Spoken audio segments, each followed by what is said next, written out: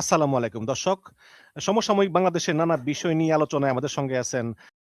গত ২ মাস ধরে চলা রুদ্ধশ্বাস লড়াইয়ের আজ অন্তিম লগ্ন। ২০২৬-এর পশ্চিমবঙ্গ বিধানসভা নির্বাচন কি বাংলার ইতিহাসে এক নতুন অধ্যায় লিখতে চলেছে? কি বলছে আজকের দ্বিতীয় দফার ভোটের পর যে এক্সিট পোল, সেটা কি বলছে? এখনকার আলোচনা ওই বিষয়টি নিয়ে। এতদিন বিভিন্ন সংস্থা ওপিনিয়ন পোল করেছে। আজ দ্বিতীয় পর্বের ভোট মিটে যাওয়ার পর শুরু হয়েছে এক্সিট পোল, বুথ ফেরত সমীক্ষা। এবং বেশ কৌতূহলের কথাটা কি জানেন? ওপিনিয়ন পোলে যারা মমতা বন্দ্যোপাধ্যায়ের দল তৃণমূলকে ২ মাস আগে কি ১ মাস আগে ১.৫ মাস আগে বেশ কমফোর্টেবল মার্জিনে এগিয়ে রেখেছিল, তাদের কেউ কেউ আজ অবস্থান বদল করে এক্সিট পোলে বিজেপিকে এগিয়ে রাখছে। শুধু নয়, কমফোর্টেবল মার্জিনে এগিয়ে রাখছে বিজেপিকে। এমনটা হওয়ার কারণ, গত ২-৩ মাস ধরে সুস্থ, স্বচ্ছ, শান্তিপূর্ণ, জালিয়াতি মুক্ত নির্বাচন করবার জন্য নির্বাচন কমিশনের নেয়া একের পর এক কড়া পদক্ষেপ, যার ফলশ্রুতিতে হিংসায় পূর্ণ এই রাজ্যের প্রতিটি নির্বাচনে যেখানে গড়ে ৫০টি মৃত্যু হচ্ছিল স্বাভাবিক ঘটনা, এবার সেখানে একটি মৃত্যুও নেই। হিংসার ঘটনা প্রথম পর্বে তো খুবই কম ছিল। আজকে দ্বিতীয় দফার ভোটে সেই হিংসার ঘটনাও হাতে গোনা, কিছুটা হয়েছে হাতে গোনা, নামমাত্র। আর এই ঘটনায় আমূল বদলে দিয়েছে নির্বাচনের সম্ভাব্য ফলাফলকে। আমি আমার এই চ্যানেলে এসআইআর এর আগে, মানে স্পেশাল ইন্টেনসিভ রিভিশনের আগে একটি ওপিনিয়ন পোল করেছিলাম। সেখানে টিএমসি ও বিজেপির মধ্যে টক্কর থাকলেও এগিয়ে ছিল খুব অল্প হলেও টিএমসি, তৃণমূল কংগ্রেস।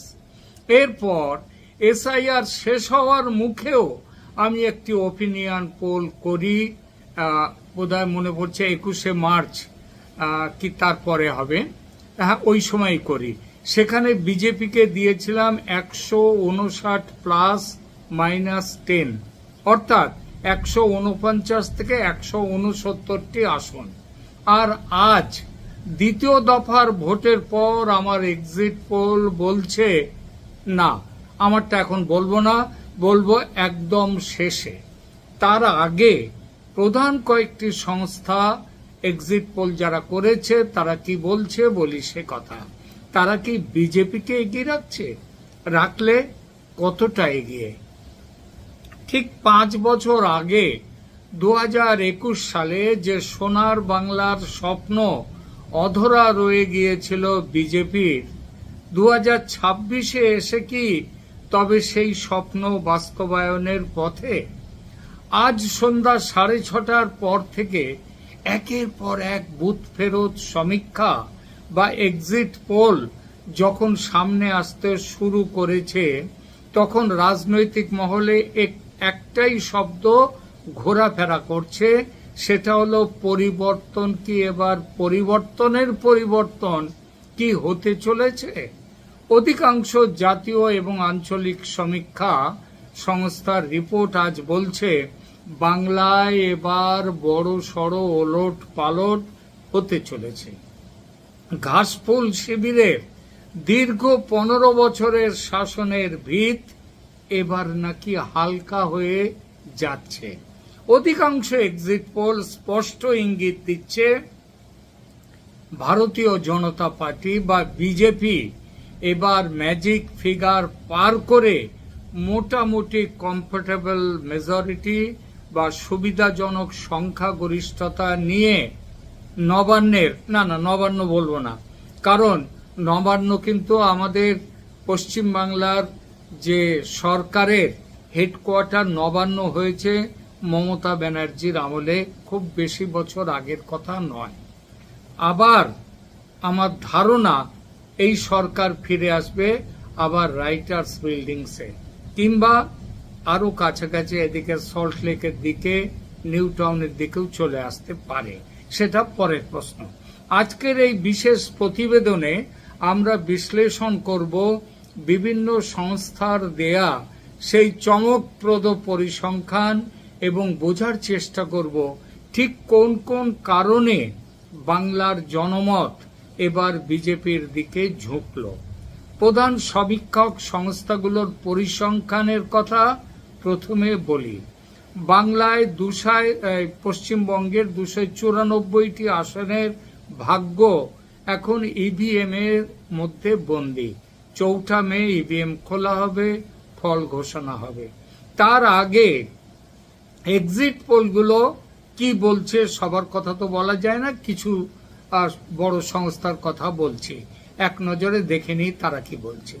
পি-মার্ক তাদের সমীক্ষা সবচেয়ে বড় চমক দিয়েছে। পি-মার্ক তাদের পূর্বাভাস অনুযায়ী বিজেপি এবার বাংলায় 150 থেকে 170টি আসন পেতে পারে, যেখানে তৃণমূল কংগ্রেস আটকে যেতে পারে 118 থেকে 138টি আসনে। ম্যাট্রিজের সমীক্ষা বলছে বিজেপি 146 থেকে 161টি আসন পেতে চলেছে, অর্থাৎ জয়ের জন্য প্রয়োজনীয় 148-এর গণ্ডি তারা প্রায় ছুঁয়ে ফেলছে। আর তৃণমূল পেতে পারে, এবং তারপরে এগিয়ে যাচ্ছে, তৃণমূল পেতে পারে 120 থেকে 140টি আসন। জেভিসি তাদের রিপোর্ট, এখানে লড়াইটা কিছুটা হাড্ডাহাড্ডি। তারা দেখাচ্ছে যে হাড্ডাহাড্ডি লড়াই হলেও পাল্লা ভারী বিজেপির দিকে। তারা বিজেপিকে দিচ্ছে 138 থেকে 159টি আসন, আর তৃণমূলকে দিচ্ছে 131 থেকে 152টি আসন। খেয়াল করবেন টিএমসির হায়ার কাউন্ট তারা রেখেছে 152, অর্থাৎ দরকারি যে 148 তার ওপরে আরো 4টি, যদিও নিচের দিকে আছে। একই অবস্থা মোটামুটি বিজেপির জন্য রেখেছে, তবে বিজেপির পাল্লাটা একটু ভারী। তবে সব সংস্থায় যে বিজেপির পাল্লা ভারী দেখিয়েছে তা নয়। পিপলস পালস সংস্থা, তার সমীক্ষায় দেখা যাচ্ছে তৃণমূল 177 থেকে 187টি আসন পেয়ে ফের ক্ষমতায় ফিরছে। এবার সত্যি মিথ্যেটা তো আগেই বলেছি, আটকে আছে এখন ওই ইভিএম বাক্সে। কিন্তু যদি আমরা পোল অফ পোলস বা সমস্ত সমীক্ষার গড় করি, তবে দেখা যাচ্ছে যে এবার বাংলার জনমত স্পষ্টভাবে পরিবর্তনের পক্ষে। গড় হিসেবে বিজেপি 160-এর আশেপাশে আসন পেতে পারে বলে মনে করা হচ্ছে। শতাংশের হিসেবে বিজেপির ভোট শেয়ার 44 থেকে 46% গিয়ে ঠেকতে পারে, যা 2021-এর তুলনায় প্রায় 7-8% বেশি। এবং তৃণমূলের ভোট শেয়ার নেমে আসতে পারে 38 থেকে 39-এর মধ্যে শতাংশের মধ্যে। নিঃসন্দেহে গ্যাপটা বড়, ছোট নয়। এবার আসা যাক আঞ্চলিক বিশ্লেষণে। বাংলার ভৌগোলিক বৈচিত্র্য যেমন আলাদা, এখানকার ভোটদানের ধরনও অঞ্চল ভেদে আলাদা। এক্সিট পোলের তথ্য অনুযায়ী উত্তরবঙ্গ সবসময়ই বিজেপির শক্ত ঘাঁটি। সমীক্ষা বলছে এবার উত্তরবঙ্গের 54টি আসনের মধ্যে 45 থেকে 48টি আসনই পেতে পারে বিজেপি। রাজবংশী এবং চা বলয়ের ভোট এবারও তৃণমূলের দিক থেকে মুখ ফিরিয়ে নিয়েছে। জঙ্গলমহল, বাঁকুড়া, পুরুলিয়া, ঝাড়গ্রাম এবং মেদিনীপুরের পশ্চিমাংশ, যা জঙ্গলমহল নামে পরিচিত, সেখানেও এবার ব্যাপক ধস দেখা যাচ্ছে তৃণমূলের জোটে। আদিবাসী ও কুর্মী ভোট ব্যাংক এবার একতরফাভাবে বিজেপির বাক্সে গেছে বলে মনে করছেন বিশেষজ্ঞরা। দক্ষিণবঙ্গ ও কলকাতা, সবচেয়ে বড় খবর হলো দক্ষিণবঙ্গ। 2021 সালে দক্ষিণবঙ্গে ছিল তৃণমূলের সুনামি। তৃণমূলকে দুহাত ভরে আশীর্বাদ করেছিল।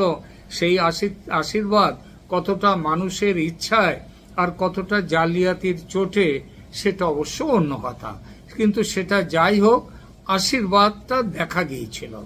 2026-এর এক্সিট পোল বলছে হুগলি, নদিয়া, উত্তর 24 পরগনার একটা বড় অংশে বিজেপি থাবা বসিয়েছে।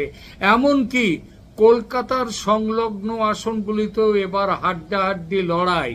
আর এর সাথে দক্ষিণ 24 পরগনা, যেখানে 31-এ 31 ছিল বিজেপি তৃণমূলে কংগ্রেসের, সেখানেও বিজেপি হাত বসিয়েছে, থাবা বসিয়েছে।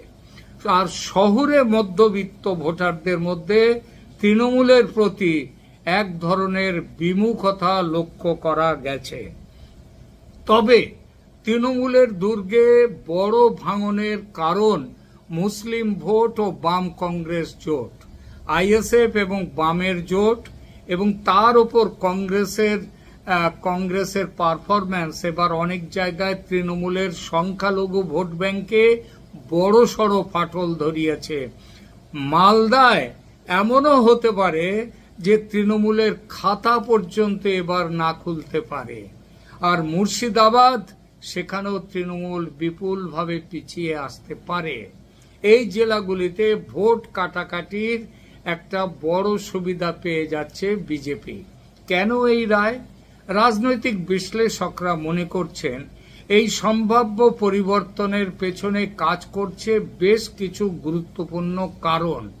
বঙ্গের মানুষ তারা পিছিয়ে এসছে, তার উপর এসএসসি, নিয়োগ দুর্নীতি, রেশন দুর্নীতি এবং বালি পাথর পাচারের মতো অভিযোগগুলো সাধারণ মানুষের মনে গভীর ক্ষত তৈরি করেছে। সন্দেশখালী, আরজিকর সহ একের পর এক ঘটনা বাংলার নারী ভোটারদের একাংশকে তৃণমূলের থেকে দূরে সরিয়ে দিয়েছে। যদিও তৃণমূল লক্ষ্মীর ভাণ্ডারের মতো প্রকল্পের উপর ভরসা করেছিল, কিন্তু এক্সিট পোল বলছে সম্মান বনাম ভাতার লড়াইয়ে অনেক ক্ষেত্রে সম্মানই জয়ী হয়েছে। এরপর কেন্দ্রীয় প্রকল্প বনাম রাজ্য প্রকল্পও একটা বড় প্রভাব ফেলেছে। মোদী সরকারের আয়ুষ্মান ভারত, কিষাণ সম্মান নিধি এবং আবাস যোজনার বকেয়া টাকা নিয়ে কেন্দ্রের বিরুদ্ধে তৃণমূল সরব হলেও সাধারণ ভোটাররা মনে করেছেন রাজ্যের ডবল ইঞ্জিন সরকার থাকলে এই সমস্যা মিটে যাবে। রাজ্যের টিএমসি সরকারের দুর্নীতি এখানেও বড় ফ্যাক্টর। এর সাথে যোগ করুন উচ্চ ভোটদানের হার। এবারের নির্বাচনে বাংলার ভোটদানের হার 90% পেরিয়ে গেছে। প্রথাগতভাবে দেখা যায় ভোট যখন খুব বেশি পড়ে তখন তা সাধারণত পরিবর্তনের পক্ষেই যায়। এবারও তার ব্যতিক্রম হয়নি। আর একটা কারণ, নির্বাচন কমিশনের বিরুদ্ধে অহেতুক লড়াইতে গিয়ে সুপ্রিম কোর্টে দল ও সরকারের মুখ পোড়ানো। এর ফলে সরকারের সাথে সাথে দলের ক্রেডিবিলিটিও আরো নেমে গেছে এই ঘটনায়। তবে তৃণমূলের বিপর্যয়ের এবারের সবচেয়ে বড় কারণ তৃণমূল কংগ্রেসের বিরুদ্ধে ধর্মীয় তোষণের অভিযোগ ও তার প্রতিক্রিয়ায় বিজেপির পক্ষে হিন্দু ভোটের বিরাট মেরুকরণ। এই তাস বিজেপি এবার খেলেছেও খুব ভালো। দেশভাগ, উদ্বাস্তু হয়ে এদেশে চলে আসার স্মৃতি ও আগামীতে এই তৃণমূল কংগ্রেস সরকার থাকলে আবার উদ্বাস্তু হতে পারে, এই সম্ভাবনা, এই আশঙ্কা মানুষের মনে ভালোভাবে গেঁথে দিতে পেরেছে বিজেপি। তবে একটা কথা মনে রাখা জরুরি, এগুলো স্রেফ এক্সিট পোল বা বুথ ফেরত সমীক্ষা। এটি চূড়ান্ত ফলাফল নয়। 2021 সালেও কিছু সমীক্ষা বিজেপিকে ক্ষমতায় বসিয়েছিল, কিন্তু 2রা মে দেখা গিয়েছিল অন্য ছবি। মমতা বন্দ্যোপাধ্যায়ের ব্যক্তিগত ক্যারিশমা, তৃণমূলের নিচুতলার সংগঠন প্লাস ভোট ম্যানেজমেন্ট বা ভোট জালিয়াতি বিজেপির বাড়া ভাতে ছাই দিয়েছিল। নির্বাচন কমিশনের সৌজন্যে এবার সেটা হতে পারেনি। তবে তৃণমূল শিবিরের দাবি, এক্সিট পোল সবসময় সাধারণ মানুষের সঠিক পালস ধরতে পারে না। বিশেষ করে গ্রামীণ বাংলার মহিলা ভোটাররা যারা সাইলেন্ট ভোটার, তারা নাকি মমতা বন্দ্যোপাধ্যায়ের ওপরেই আস্থা রেখেছেন তৃণমূলের দাবি। সেটা যে একেবারে ভুল তা নয়, তবে এটাও ঠিক 21-এ সেই সাপোর্ট যতটা কাজ দিয়েছিল এবার তা পারেনি। এর কারণ টিএমসির মাসে 1,500 লক্ষ্মীর ভাণ্ডারের পাল্টা বিজেপির মাসে 3,000 অন্নপূর্ণা যোজনা, এটা ডবল লাভের। বিজেপি এবার অনেক বেশি সুশৃঙ্খল। সব জায়গায় বুথ স্তর পর্যন্ত যে তাদের সংগঠন একেবারে প্রচন্ড শক্ত ছিল তা বলবো না, তবে অনেক বেশি সক্রিয় ছিল। আরএসএস এর গ্রাউন্ড নেটওয়ার্ক এবং গ্রাউন্ড ওয়ার্ক এবং কেন্দ্রীয় নেতাদের সফর, মানে কার্পেট বোম্বিং শেষ পর্যন্ত কাজে লেগেছে। এবং তার সঙ্গে শুভেন্দু অধিকারীর নেতৃত্ব তার নিজের জেলায় সীমাবদ্ধ না থেকে গোটা রাজ্যের প্রভাব ফেলেছে। কতটা প্রভাব তার উত্তর মিলবে মাত্র কয়েকদিন পরে, 4 মে। তবে দেখা যাচ্ছে আপাতত যে সে প্রভাব ভালোই ফেলেছে। এবার আসি আমার নিজস্ব এক্সিট বলে রাখা ভালো। আমার ডেটাবেস তৈরি মূলত তথ্য পরিসংখ্যানের ওপর ভিত্তি করে। বুথ ফেরত মানুষের সঙ্গে খুব বেশি যে কথা বলতে পেরেছি তা নয়, 1000-2 মানুষের সঙ্গে কথা বলেছি। সব মিলিয়ে কথা বলেছেন আমার টিম। তারা উত্তর থেকে দক্ষিণ সব অঞ্চলেই ছড়িয়ে ছিটিয়ে। আমার এক্সিট পোল প্রথম দফার 152টি আসনে বিজেপিকে দিয়েছে 92 থেকে 102 আসন, টিএমসি 38 থেকে 46, কংগ্রেস 8 থেকে 12, বাম আইএসএফ জোট 1 থেকে 3। এটা প্রথম দফার জেলাগুলোর ফল। আজকের দ্বিতীয় দফায় 142টি আসনের ফলাফল আমার এক্সিট পোল অনুযায়ী এরকম: বিজেপি 72 থেকে 82টি আসন, টিএমসি 54 থেকে 64টি, বাকিটা অন্যান্য। অর্থাৎ 2 দফায় মিলিয়ে বিজেপির সম্ভাব্য আসন 174 ± 10, মানে 164 থেকে 184 এই রেঞ্জে। টিএমসি 101 ± 10, মানে 91 থেকে 111 এর মধ্যে। আর তবে এই প্রসঙ্গে একটা কথা বলতেই হয়, আমরা সবাই জানি যে উত্তরবঙ্গে বিজেপির ফলাফল অত্যন্ত ভালো, কিন্তু উত্তরবঙ্গ শুধু নয়, উত্তরবঙ্গ মালদা এবার একটা ভয়ঙ্কর ফল দেবে তৃণমূলের জন্য। একসময় যে মালদায় তারা রাজ করেছে, সেই মালদা তাদেরকে যদি শূন্য হাতে ফিরিয়ে দেয় তাতেও অবাক হওয়ার মতো নয়, অবাক হওয়ার কিছু নয়।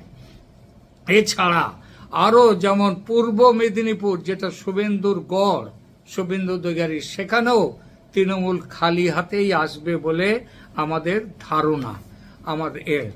আর যেখানে তৃণমূলের গড় বলে যেগুলো ছিল দক্ষিণ 24 পরগনা, সেখানেও বিজেপি এবার ভালো থাবা বসিয়েছে। উত্তর 24 পরগনায় তো বিজেপি তৃণমূলকে ছাপিয়ে গেলেও অবাক হওয়ার মতো কিছু নেই, আমার সমীক্ষায় সেইটা বলছে। হুগলি, নদিয়া, এমনকি হাওড়া, যেটা তৃণমূলের দ্বিতীয় দুর্গ বলা হয়, সেখানেও কিন্তু বিজেপি এবার ভালো ফল করতে চলেছে। কলকাতার 11টা আসনের মধ্যে বিজেপি যদি তৃণমূলকে পেরিয়ে চলে যায়, অর্থাৎ 6-এ বিজেপি 5-এ তৃণমূল আসে, অবাক হবেন না। এবং ইস্ট বর্ধমান, পূর্ব বর্ধমান, সেখানেও তৃণমূলের বিজেপি সেখানে যথেষ্ট ভালো করবে। সব মিলিয়ে বাংলার রাজনীতি এখন এক সন্ধিক্ষণে দাঁড়িয়ে। যদি এক্সিট পোল সত্যি হয়, তবে বাংলার এক দীর্ঘ রাজনৈতিক আধিপত্যের অবসান ঘটবে এবং শুরু হবে এক নতুন জমানায়। তবে সব থেকে বড় যে জিনিসটা হচ্ছে, বাংলায় ভোট শান্তিপূর্ণ হওয়ার রাস্তায় কয়েক কদম এগিয়ে গেল জ্ঞানেশ কুমার এবং নির্বাচন কমিশনের সৌজন্যে। তাদের জন্য একটি স্যালুট।